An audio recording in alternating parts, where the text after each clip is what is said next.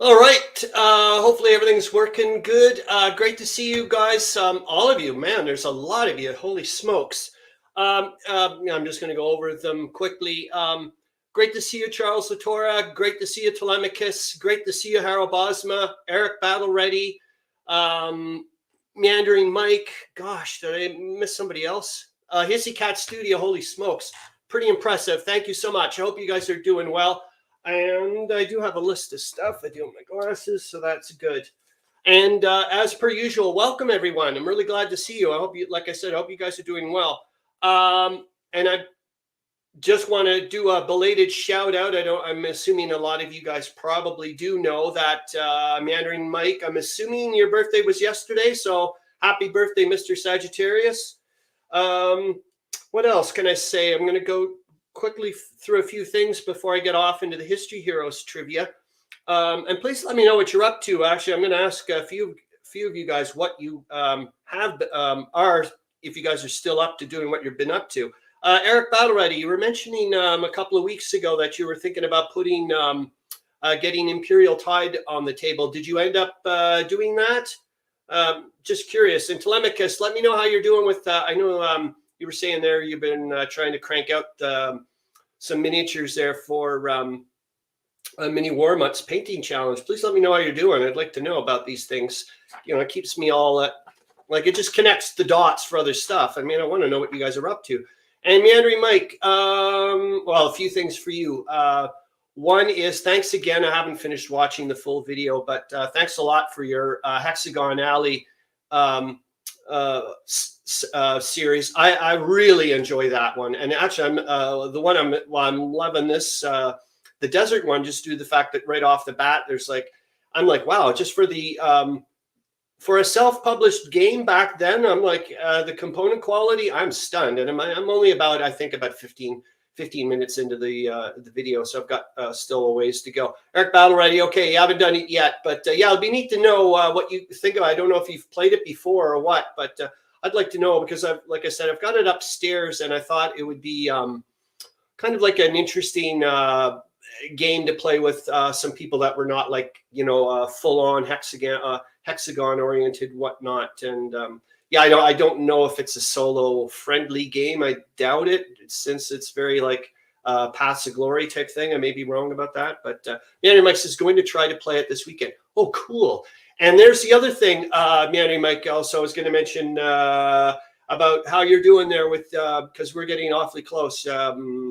Your 10 games challenge thingamajig. Just like to know how that's going.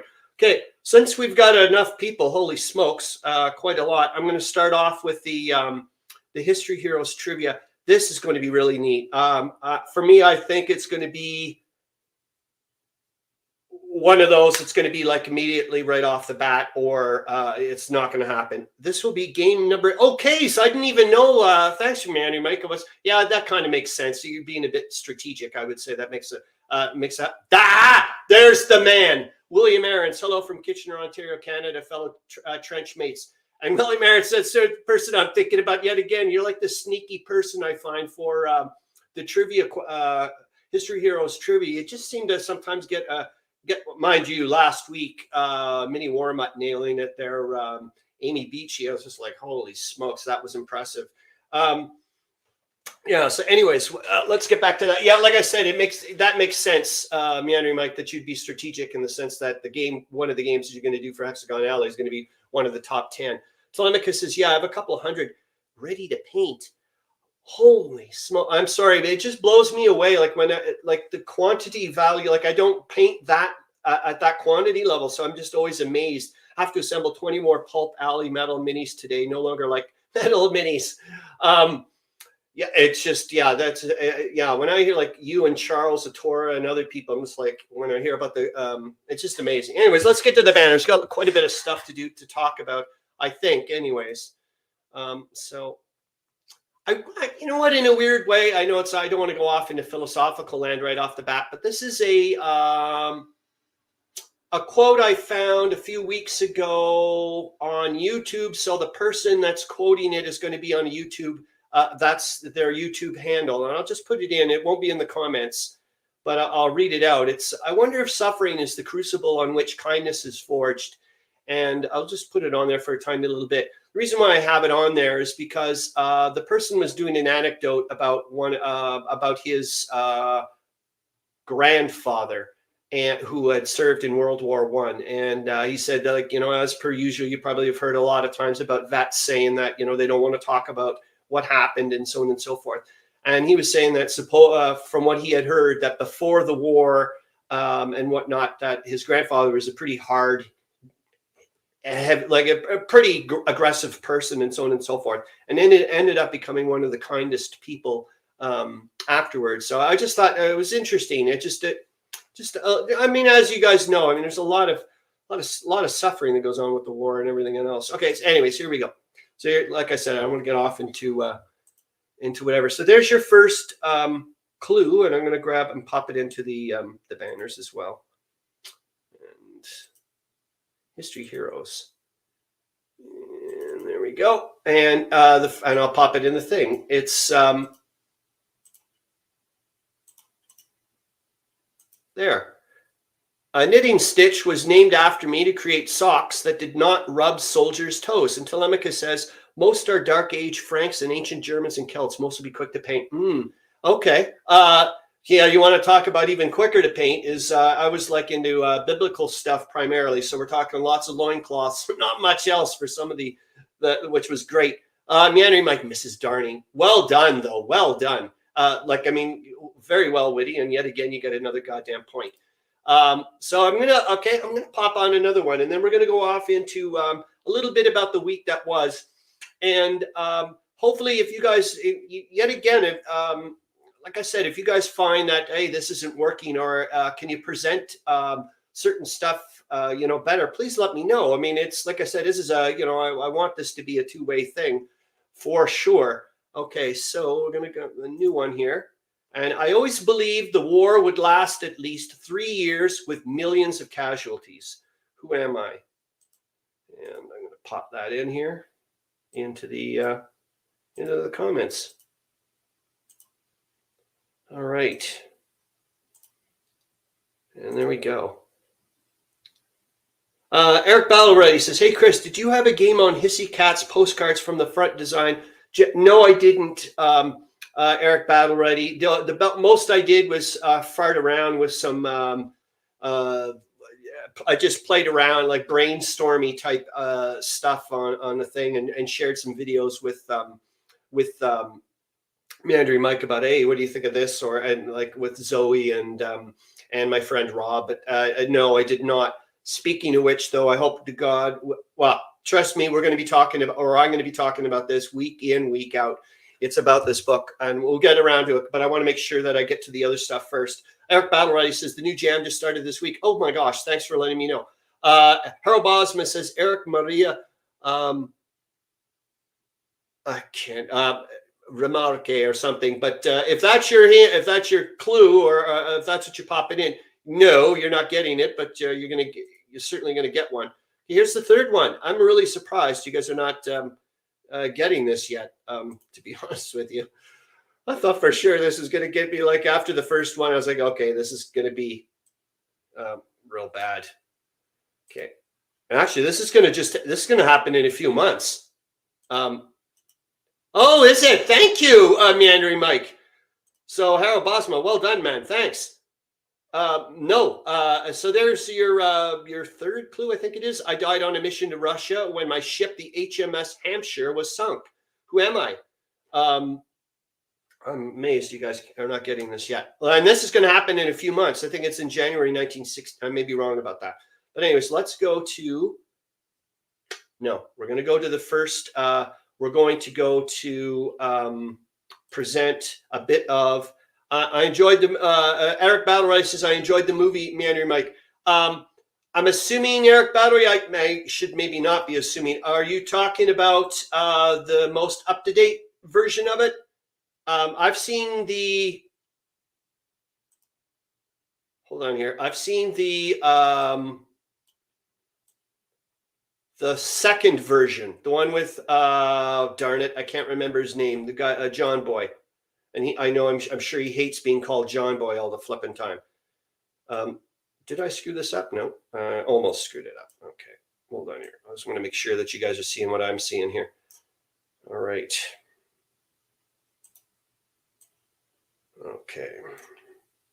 So you guys can see this. Eric Battle Ready says, I had a couple of games of it. Face turquoise covering eyes. Yeah, I haven't seen I've only seen the second one. I really want to see I think it's from the 1930s. Supposedly it's really good.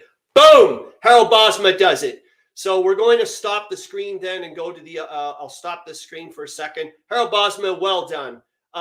We're going to go to, we'll share, Horatio Herbert Kitchener. You did it.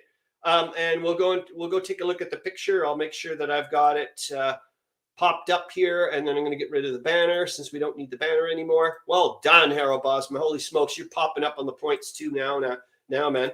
All right, so I'm going to make sure that everybody can see this. Present the screen. Meandering Mike says that sunken ship clue sounded familiar. It was. And you know what's weird, Harro Bosma, is right now, what you're going to find out in a little tiny bit is he's been traveling all over the flipping place, Kitchener. He just left Gallipoli, for crying out loud. He's up. He just went to the to Greece and what? Well, we're going to find out in a little tiny bit. So I just want to see what you guys can see. Goody. Okay, I'm going to make sure that it's window width, and then I'll make it sure so you guys can see that nice and big, hopefully. And yeah, let's just go. Horatio Herbert Kitchener.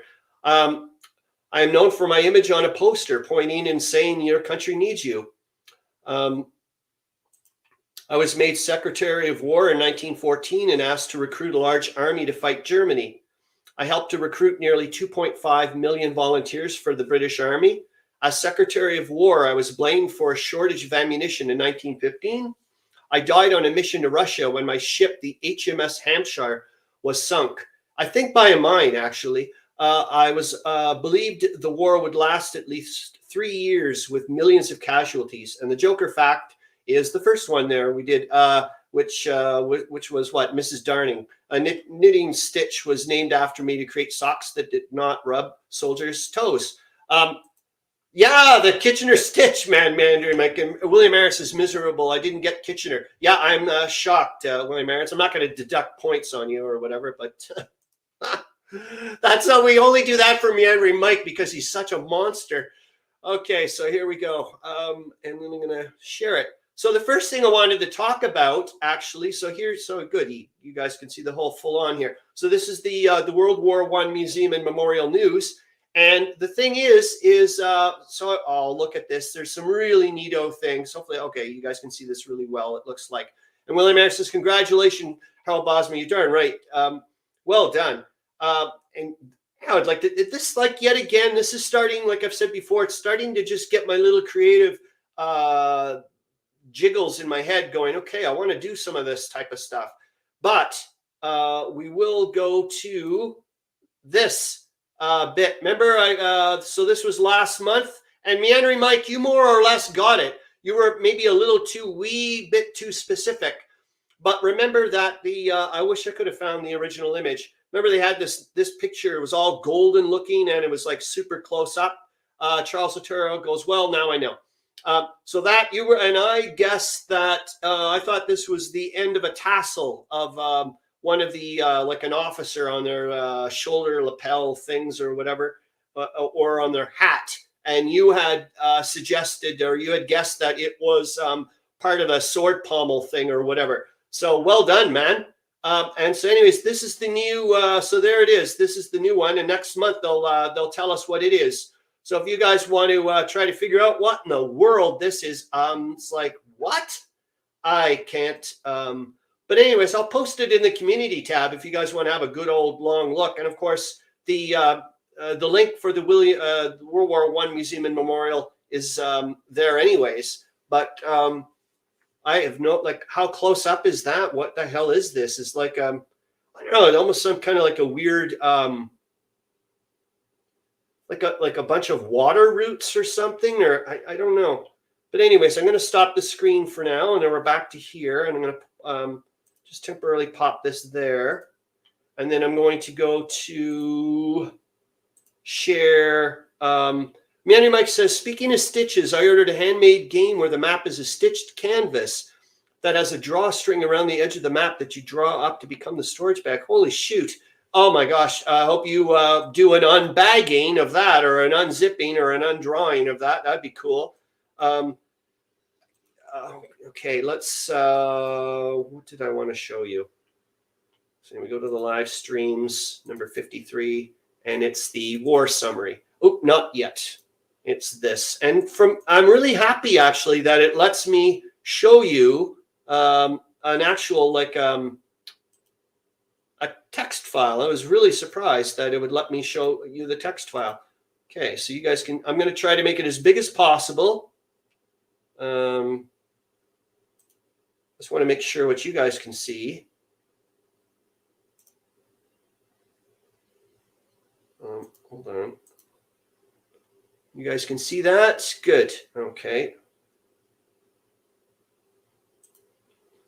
All right. So I just want to make it a little bit so I can actually see what that, like, it's hard for me to not be able to navigate. So like I said, I'm just going to, please let me know if it's too small, the text or whatever. But I thought I would just pop in a few things of what I've noticed or what I took a look at this week in the chronology book.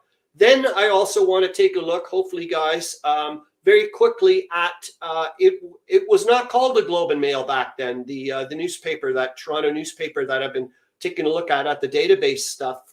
Eric Battle says, "Oh, sounds familiar, Meandering Mike," about the name about that game. So I think I mentioned it last week. So I got the dates wrong here, but there was a raid of 23 airplanes on a German camp near Albert, and Serbia refuses the German peace offer. And one of them was to allow German, or I guess Austro-German free passage throughout their country.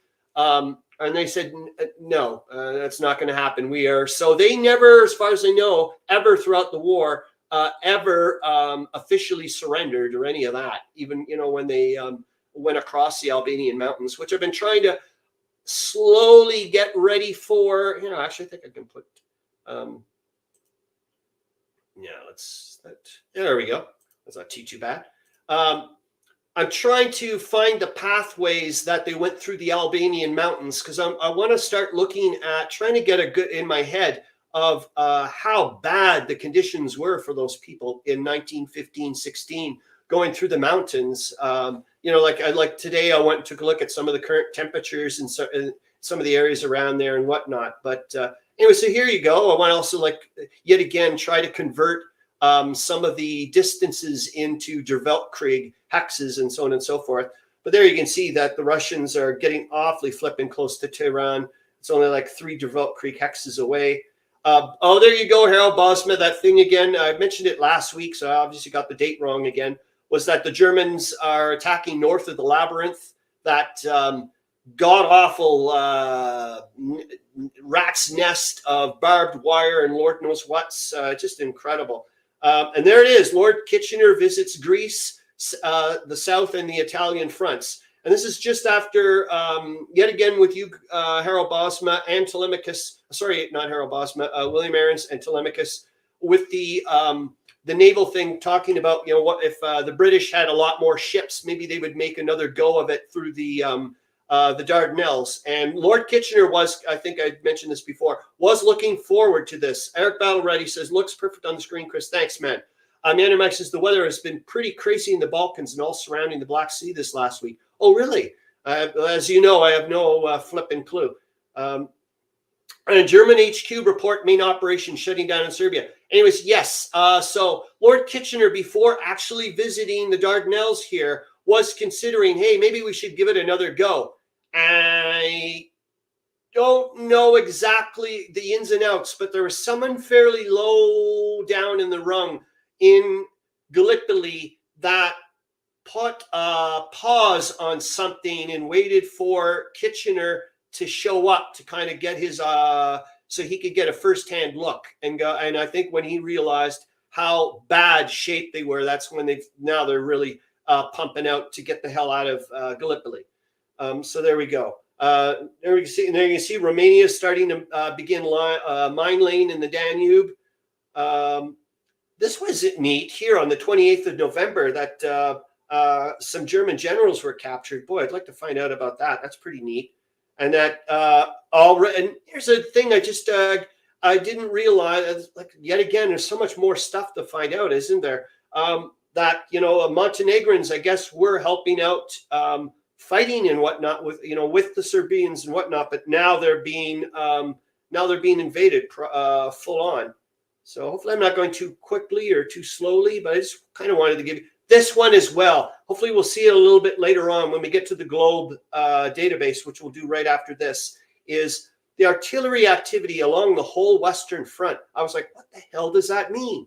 Like, it really, I mean, come on, man, that's a massive, Meandering Mike says Pinsk. It's a stone's throw from Minsk. Oh, you little bugger.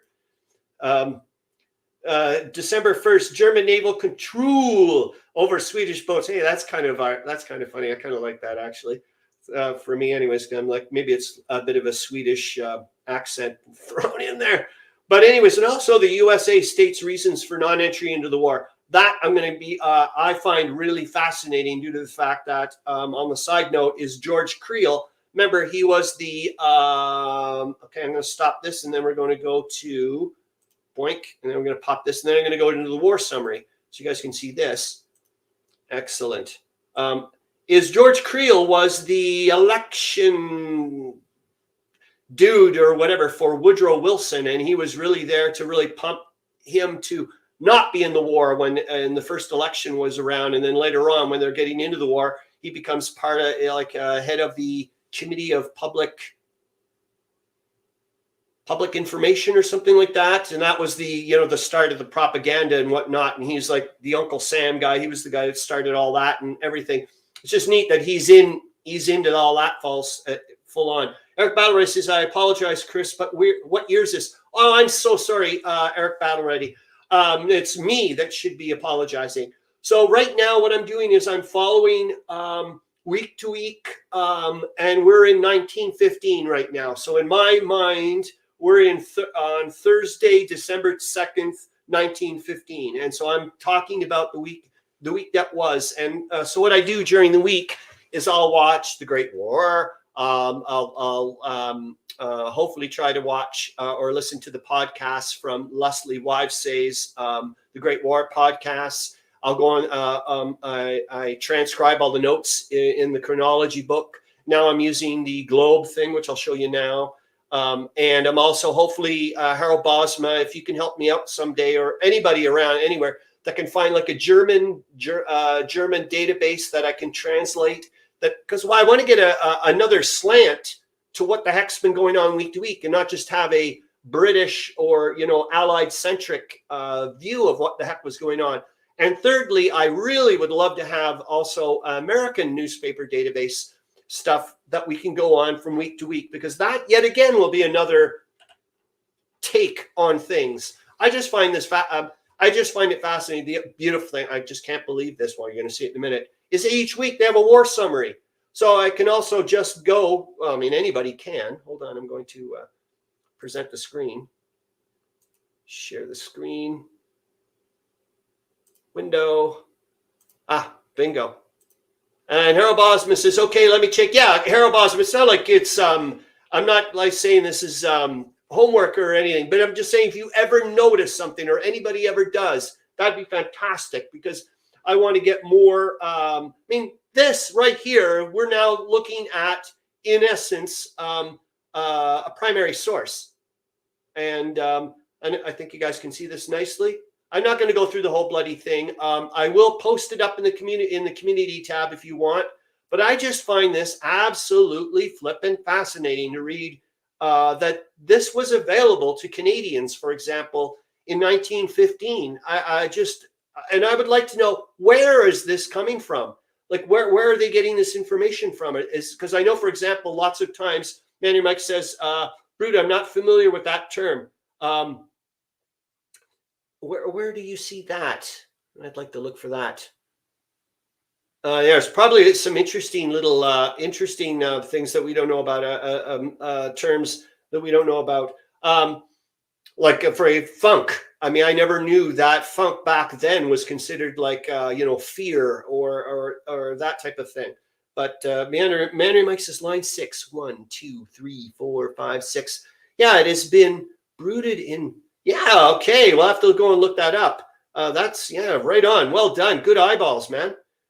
So let's go down and take a look. Just look at this. Like in the Balkans, Austria knows very well there's no compensation in the form of an expansion of the empire to be obtained, no matter how completely the Serbs are beaten.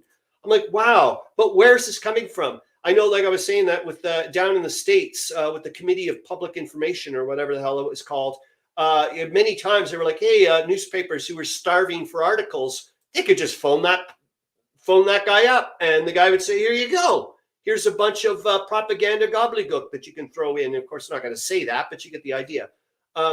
Anyways, I'm just amazed that we get to take a look at this stuff. And there's the second page. I wanted you to take a look at the very last one, which I thought was quite humorous. The very last little bit here. But this is just, and yet again, it connects up with the chronology stuff. I can start seeing little tidbits of what was mentioned in the chronology book. And then I can start seeing this stuff. And I'm like, okay, this is making it a little bit more, like in here, like there you see the Montenegrins officially announced a victory on Monday in Bosnia, followed by the retreat of the Austrians in disorder. Well, that's not what the chronology book said. And there it is. The Serbs announced several days ago that they were only taking mountain guns and light field artillery through the Albanian mountains. And there's that thing. Here's the other one. There was that bit. Remember about the where in the chronology book where it says there was activity along the whole Western Front. Well, here it is. The midnight Paris official report says that intense artillery activity is in evidence at diverse points along the front. In Belgium, near Bossigny, the French and British gunners have done important damage to the German trenches, and at one point have opened a breach nearly 100 feet wide in an enemy redoubt. And I just like, wow. Anyways, this is the last one I thought you guys would really find interesting. Is the war has its comedy as well as its tragedy. The Austrian press solemnly announces the discovery by the professor of electrology at Innsbruck University and an Austrian doctor serving at the front of a method of weaving electric heating threads into soldiers' pants and then connecting the soldiers wearing garments with a battery at from 100 to 500 meters distance. Says the Morning Post Bern correspondent. It is claimed that the current can be regulated and that any number of soldiers in the trenches can be kept warm simultaneously. What would happen if the enemy secured control of the current and put on a little extra voltage? So there you go, Eric Battlewright. This is very good stuff, Chris. Oh, I'm very happy that you like it. All right, so we got that done. Let's see. I'm just looking at my quickie news. Oh my gosh. On a side note, I don't know if I can. Do it. Let's see. I hope so. I've got to make you big here. Just hold on. I'm getting there. Is it in my links though? That's the thing. Let's see. You're not going to, this is going to, I don't know if this, you guys are going to think this is like pretty whacked. I thought it was pretty whacked. I was like, say what? Let's see if I can find it. I don't know. I don't think so. I'll just say it. Meandering Mike says new meaning to shock troops. Yes, well done, well done. Is that when I was looking at, I mean, I'm sure you guys do as well. Subscribe to certain threads on BGG that interest you, and Wings for the Barons anytime. And of course, there's a lot of hubbub going on right now because it's on the P500. And someone just posted on there saying, oh, yeah, by the way, at my game shop or whatever, if you want to come by, we play Wings for the Baron every single Wednesday evening. I was like, wow, this is so cool. I just love this type of stuff that people are into. Oh, yes. And thank you, Meandering Mike. We're going to take a quickie look at it. Did I? Yes, we did. Is this one. Is that you had mentioned to me Crisis 1914 And I thought I might as well. Well, actually, here I just can just share the thing here. Hold on, and we can go and take a look at a lot of stuff. Actually, I think we'll kill a lot of. All right, and there you go. Yes, I thought. Yes, Eric Battle Ready. I thought that Meandering Mike nailed it pretty darn good. So you guys can see that. Excellent. It is releasing soon. That soon, eh? The Crisis 1914. Holy smokes, Meandering Mike. Yeah, I know, Eric Battle Ready. That's exactly what I was thinking too. On a side note, I don't know if you know this. William Arends mentions how ironic that the Kurds were used by the Turks to oppress the Armenians, and since World War I, the Turks have used. Yep, absolutely. Wow, that fast, eh, Meandering Mike? That's excellent to hear. Because to be honest with you, Meandering Mike, I'm wanting to get more into that type of. Yeah, it's I find that really fascinating.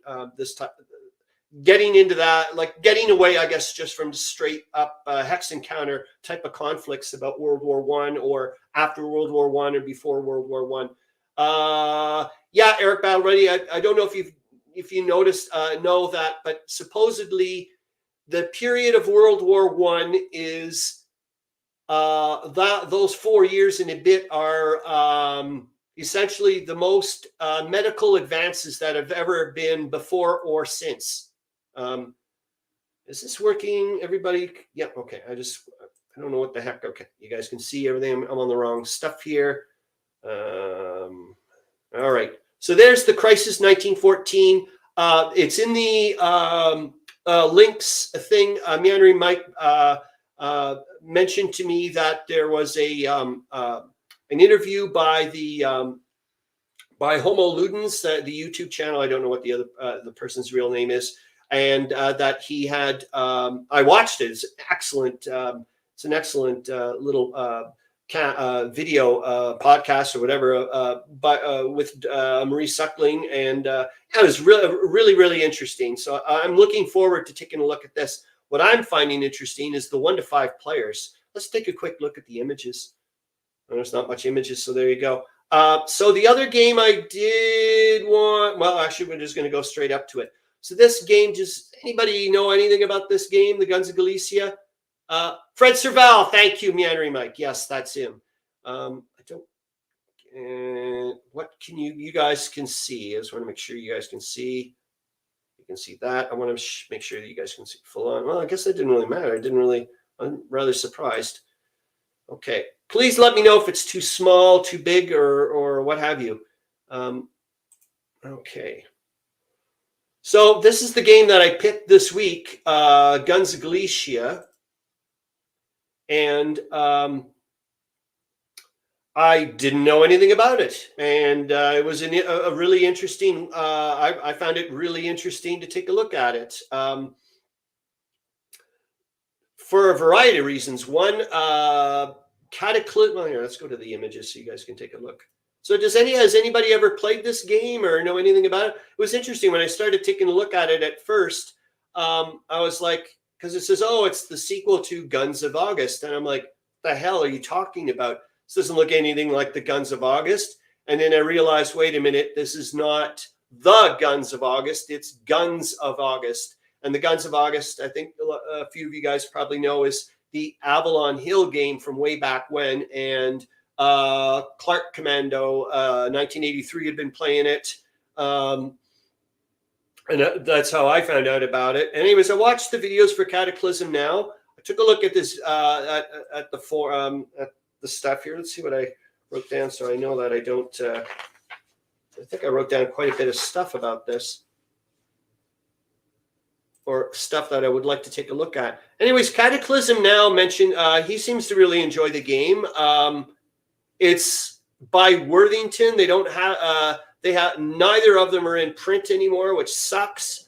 You can get the non-printable PDF version of the rules for Guns of August, but I've not been able to find, I'm going to stop sharing for now, so I can see what the hell, because I think I'm not looking properly. Harro Bosma says, I have an eye on an SNT Operation Albion, Germany versus Russia in the Baltic, 1917.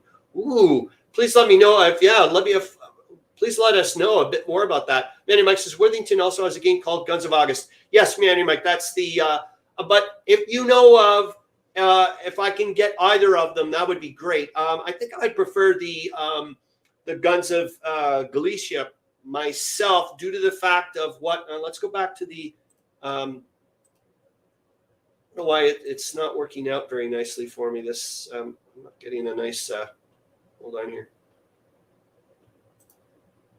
All right. I'm going to go back to BGG. All right. And then I'm going to present screen again. So I wanted to go to a few of the forum things because, well, first of all, what did I like? What have I know? What did I like about, or so far, what have I noticed about the Guns of Galicia thing that I liked? One, the designer here, John Gorkowski, seemed, well, I mean, it's an old game back in what, 2011, 2012 or whatever. He's responding to a heck of a lot of the questions, which I thought was really nice to see. What did I notice here? The scale, the counter density. Yeah, there was one of the things there. Where is it? Did I miss something? It's this guy here. He's awfully critical. I can tell you that much. Oh, great to see you, Hex to Hex. I hope you're having a great Saturday morning. William Arends says, I haven't bought anything from Worthington for a while. Crisis 1914 would be one that would interest me. Yeah, me too, William Arends. And like I said, I hope to goodness gracious I can find, I can get a copy of this game. Meandering Mike says, Guns of Galicia is cheaper, available in U.S. at reasonable prices. Yeah, and unfortunately, Meandering Mike, you hit it, the clicker right there in U.S. I contacted the only person on BGG that said he would, or he or she would sell it into Canada, and did not respond. If there was some way, I don't know, I was almost thinking about contacting you or Charles Latora or whatever, and saying, hey, can I send you money? You buy the game, and then I pay the shipping and Lord knows what's, from your house all the way back to my house, kind of thing. Because the reason why I like the game, let's maybe go back. Let's go to. Anyways, there's a lot of things I want to mention about this. About this game in the sense of, because of its scale, it's core based. This guy here, bitches and wines. He complains a little bit about, oh, you're not able to have full, long, solid, continuous lines. A, you're in the Eastern Front, remember. B, this is the very beginning of the war. C, I'm trying to remember what it looks like from battle maps and Lord knows what's when I see, and you see big, huge chunks between the armies, especially with the Russians and so on and so forth. Harro Bosma says, I don't know much about Operation Albion, only that it is just being released. Joseph Moran, intriguing topic. Yeah, I don't know anything about it either. Meandering Mike says, try user Ron GHQ. Okay, thank you. I wonder if that's the person from, is he in, like on the Eastern Seaboard, I think? I think I actually ended up buying my very first full-on Der Weltkrieg things from there, and I had to pay an obscene amount of money, but I got them, and that was the good thing. Game headquarters, thank you, Meandering Mike.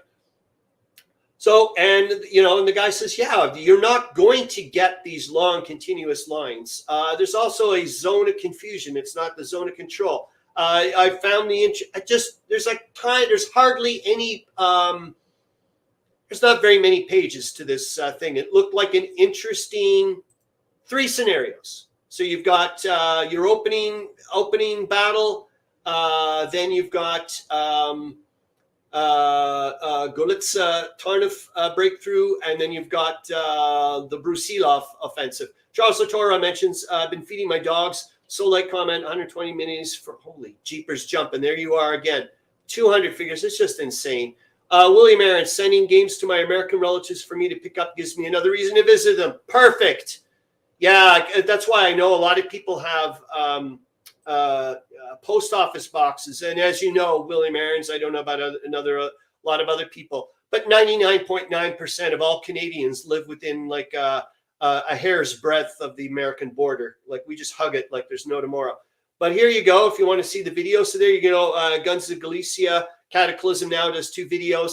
He really enjoys playing the first scenario. He says you don't have to worry about trenches or any of that stuff. From what it's a chit pull, guys. You guys, I know you guys are like Mr. Chit Pull and all that stuff. All right, so I'm going to kill this temporarily for now. Then, so we've done that. Yeah, like I said, for the Guns of Galicia, if I can, yeah, I'm going to. So thank you, Meandering Mike. I wouldn't mind trying to pick that. Gosh, I thought maybe I was going to be able to snag one for $50 Canadian. But the guy, like I said, didn't respond. So I was like, well, don't respond. Not much I can do. Oh, here's on the side note before we go to the next little bit is, and it's going to be about the Battle of Loos.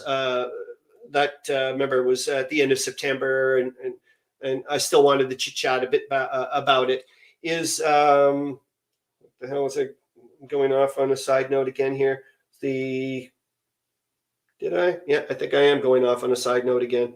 Okay, let's just go straight to the Battle of Loos. For time we got shit. We got 20 minutes left.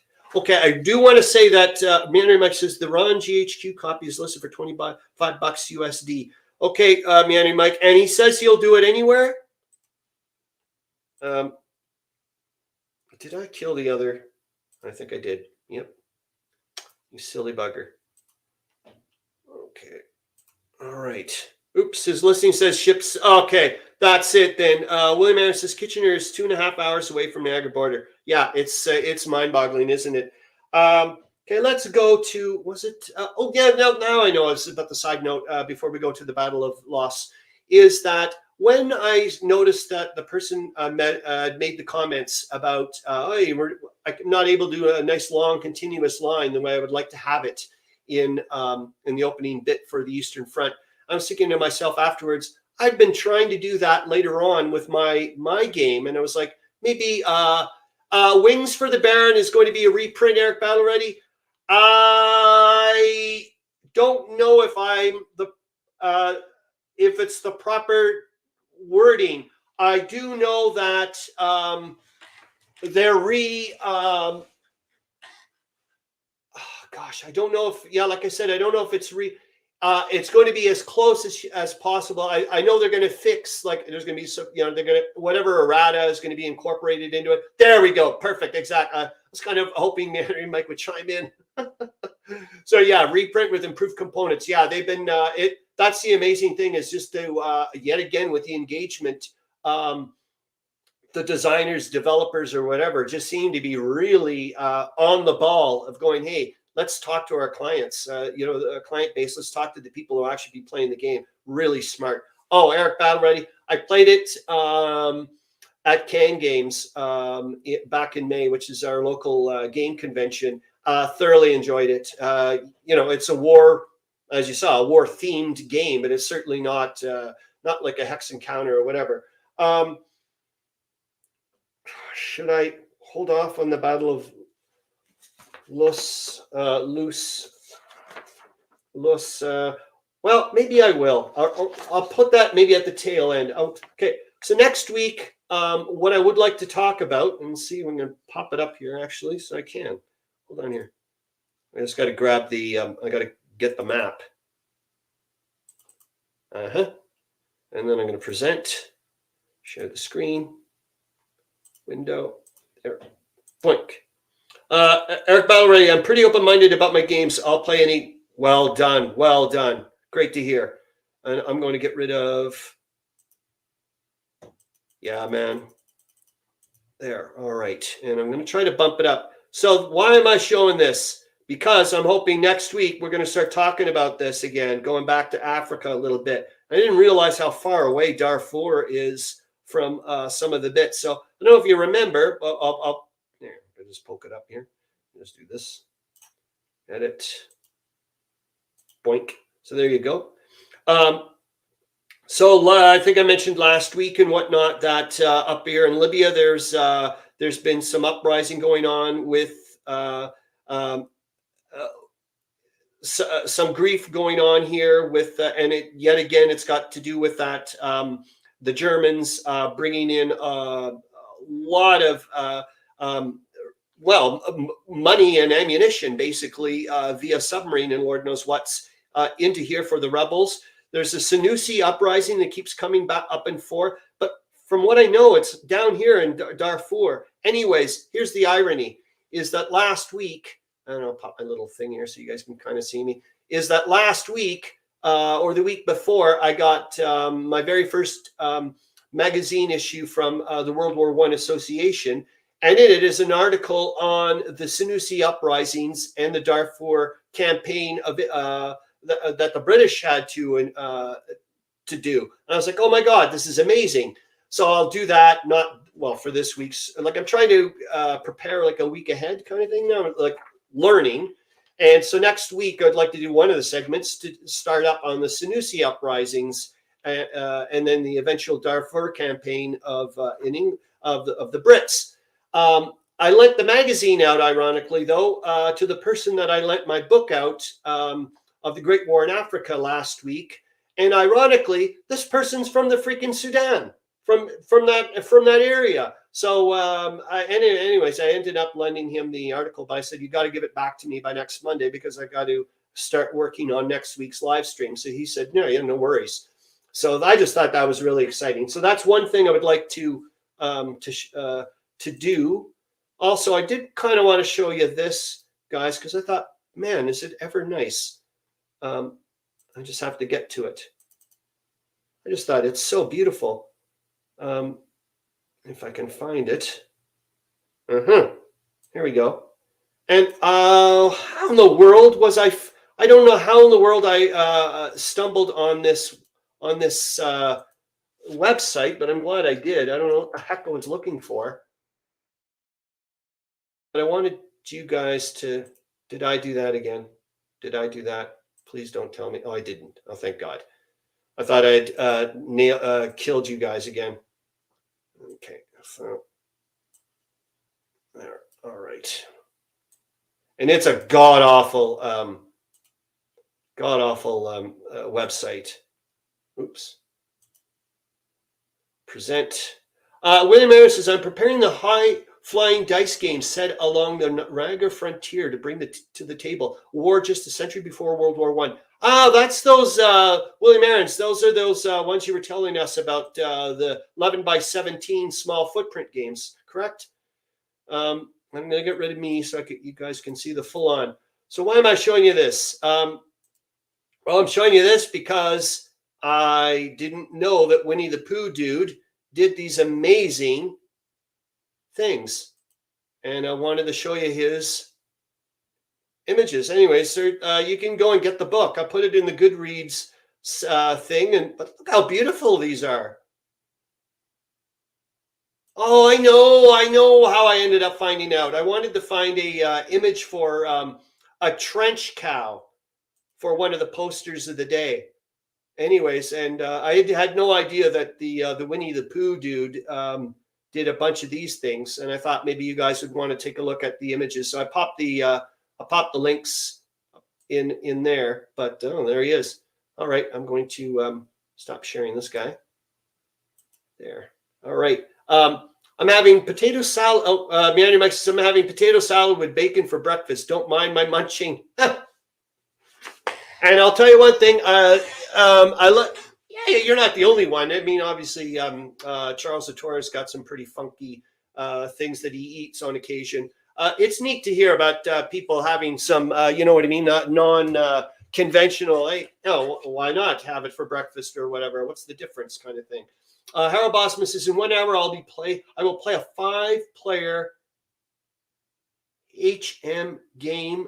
Oh, Shogun Samurai Swords with my nephew, niece, and 2 others. Oh, wow, that sounds freaking cool. So is Harro Bosma, is this like a hex and counter type thing, or is it is it area, like what kind of is it? Yeah, please let us know, man. what else did I want to talk about? So I want to do the Sanusi Uprising thing next week. I showed you the Winnie the Pooh thingamajig. You know what? We got 10 more minutes. Let's go to the Battle of Loos. And yeah, I'm going to start. We'll just go from there. I'm just going to start showing you guys just images. And the reason why, and while I'm talking, and hopefully that will help. As in what and why am I? No, it is like Axis and Allies 1914, but then feudal Japan. Cool. Meandering Mike just said the exact same thing. Whoa, this is going to be God. I want to take a look at this little puppy. I won't play it, but it'd be interesting to take a look at. Oops, sorry. I've got to put it in the thing here first. So why am I bringing up the Battle of Loos again? Yet again. Well, for a lot of reasons. One is, well, because we were... Eric Battle says, I had a double cheeseburger and some rum over ice for breakfast. Oh, you son of a bee. Is that, well, I remember, like, from week to week, your bro, piss off, is from week to week, is that, you know, obviously I want to find out what's going on with the, you know, keep you guys informed and myself informed of what's going on with the battles and so on. This one seemed like an interesting one. And it is. Let's just going to go quickly from the little things. That's what I really actually will be better to show you pictures wise. But I do. Yeah, we got enough time.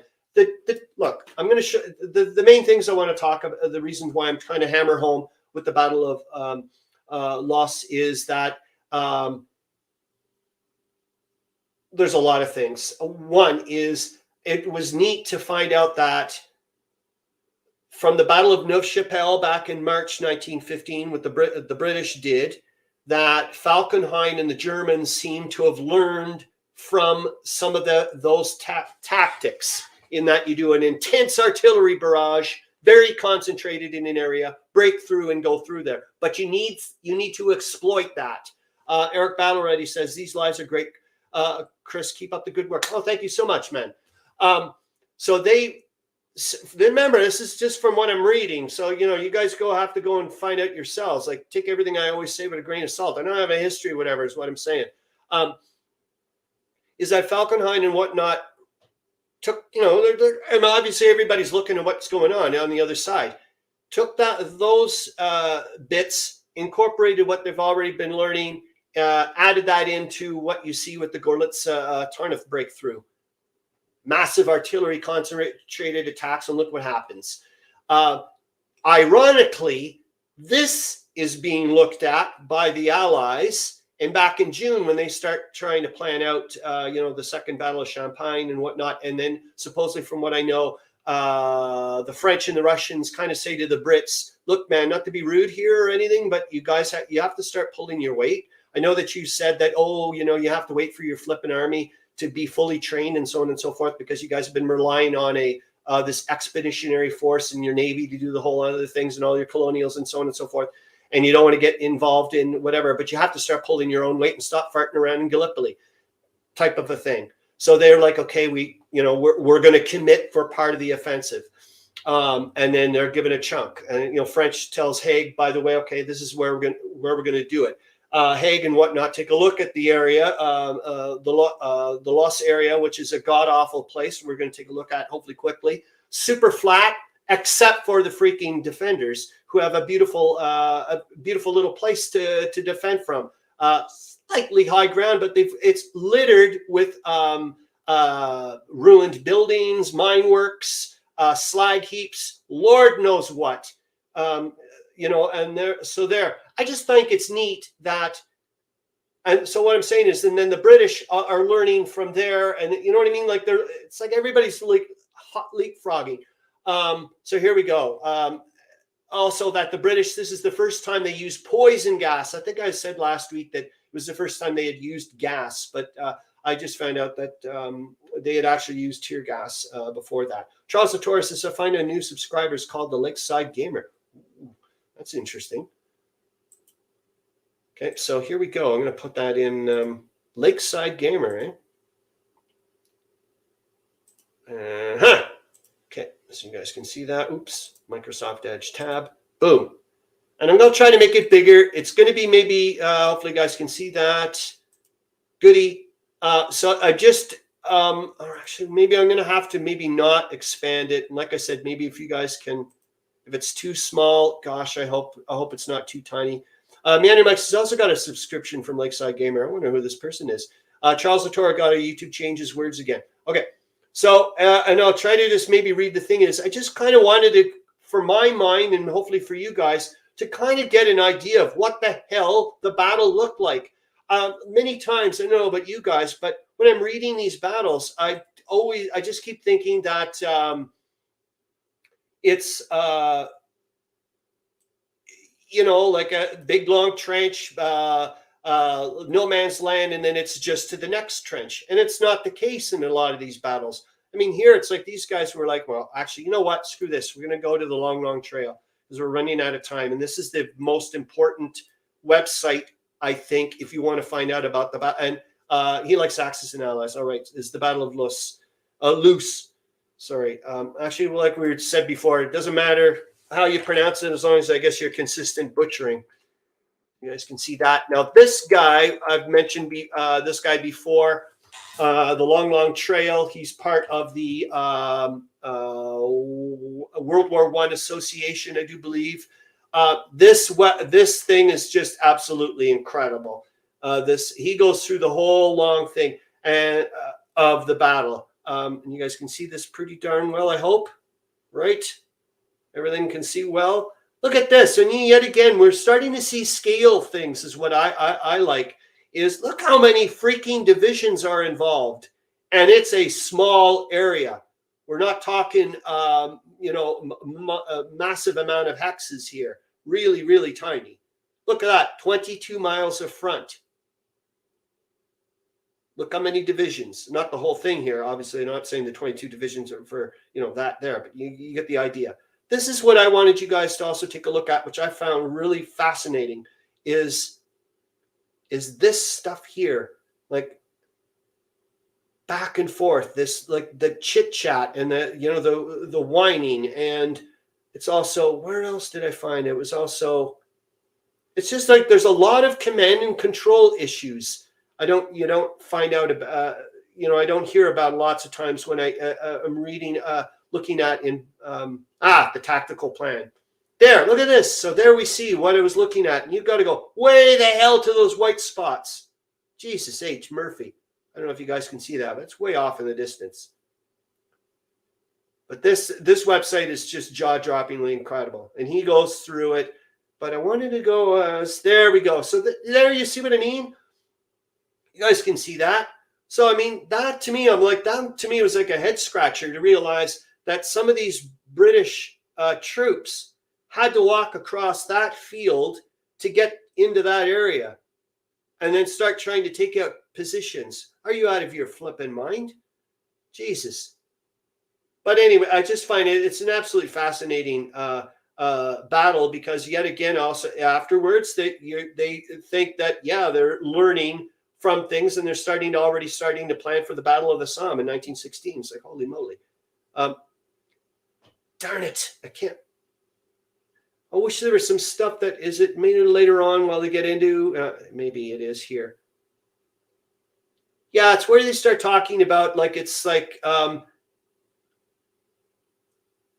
just start finding out, like, at first, this, by the way, they moved the headquarters a little bit, and now they don't have a direct connection and all this stuff. I'm just like, wow, this is just absolutely fascinating. Okay, we've ended the thing here. I'll pop that in. We're almost finished. Like I said, I just, yeah. I'm sure with all your others, the stuff that you guys are also interested in, it's just this a black hole. You just keep on going. Okay. Before we go off into Wonderland, because I did want to mention this a little bit about Eric Battle. You were mentioning that you were saying that you'd play anything, and let's be honest, I'm assuming a lot of people are like this. Meandering Mike says some of the Russian attacks near Adiva in Ukraine in November 2023 are seen more and more like World War I infantry attacks. Interesting. Okay, and here's another one. I did write these down. A couple of these notes. this is just for like in my head for, you know, often it's got nothing to do with whatever, but I just wanted what you guys thought about stuff. It's just things that I was thinking about. Could it be that prolonged trench warfare is counterproductive to the aims of the belligerents, and like that close proximity of the enemy? Is that not good for what higher command does? Like, that's not good for what higher command wants. It does not instill long-term aggression. I think the longer you are beside each other, realizing that's what I'm getting a lot from this book. Also, after looking at the Crisis 1914 interview there with Homo Ludens, Serval, Freddie Serval, I think you were saying, Meandering Mike. And then also with the Holland Spiele games and Amabel Holland mentioning, and you were have mentioned it as well, Meandering Mike, about looking at like maybe games don't need to have like the typical classical objectives and victory conditions and so on and so forth. What I think I mentioned this last weekend, and we'll end it again in this stream. This thing has got games screaming out throughout it. All I see, or one thing I would love to try to, and it's going to take a long, long time, and it was lovely to listen to the interview there with Mr. Suckling of Crisis 1914, talking about how long he's been working on that game off and on, and just so on and so forth. And I was like, this is not going to be something that I can do in like a week or two or whatever. But this is something I certainly would like to try to take a look at. I am not interested. I'm certainly going to do it for my bucket list, is to get the Tannenberg done conventionally, like a proper redevelopment of it. But after that, I think I've satiated my hex encounter bucket list thing. How can you make a card game, so on and so forth, of two players where you're both trying? It's almost like the Grizzled in a sense of that aspect of you're both trying to survive the war, yet there's constraints placed upon both of yous. And there's this bluffing thing because I want to have it, okay, you did something to me, well, I'm going to do something to you. But then there's also, I don't want to do something to you, but my higher ups have asked me to like do an offensive, and I'm part of the offensive, if that makes any sense. There's so much here that I would like to talk about, but this has got nothing to do with like straight up hex encounter combat type stuff. This is more sociological. I just love it to bits because it's a whole other aspect of the conflict that I you know what I mean? I just, yeah, I'm liking this. Charles Latora says, okay, mini scenario. That's it, guys. We're 2 minutes past the whatever. Thank you so much again for showing up. I'm amazed at how many people popped in and how much engagement you guys are like just commenting. Thank you so much. That's what I want. I mean, the most of than anything. William Arends says, these military geniuses eventually will succeed in moving the center of power from London, Berlin, and Paris at the beginning of the 20th century to Washington, Moscow, and Beijing years later.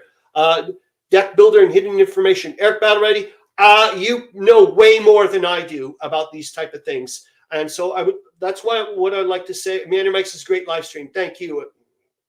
And it's obviously reflected back. Obviously, you know what I mean? Gosh, guys, like you guys are like, yeah, I think Eric Battle Ready, I'm pretty damn sure I was watching you go on a mile a minute there with on Hissy Cat Studios postcards from the edge or whatever.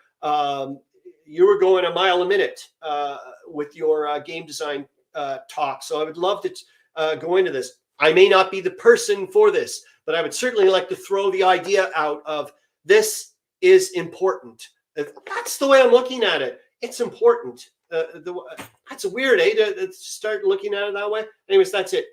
Thank you, Eric Batteray. Charles Latora says, okay, an idea for miniature, Sarah. Take the Alamo scenario and reverse it to 150, 170 orcs defending. Yeah, that would be, do it, man. Okay, that's it. I'll see you guys in which way I see you. Thanks again. Hope you guys have a great Saturday weekend. Hope to see you guys Awesome, Meandering Mike. Oh, I love you to bits. Great to see you, Wardrobe. And that's it. I'm just about to end. That's it. See you later, guys. Bye.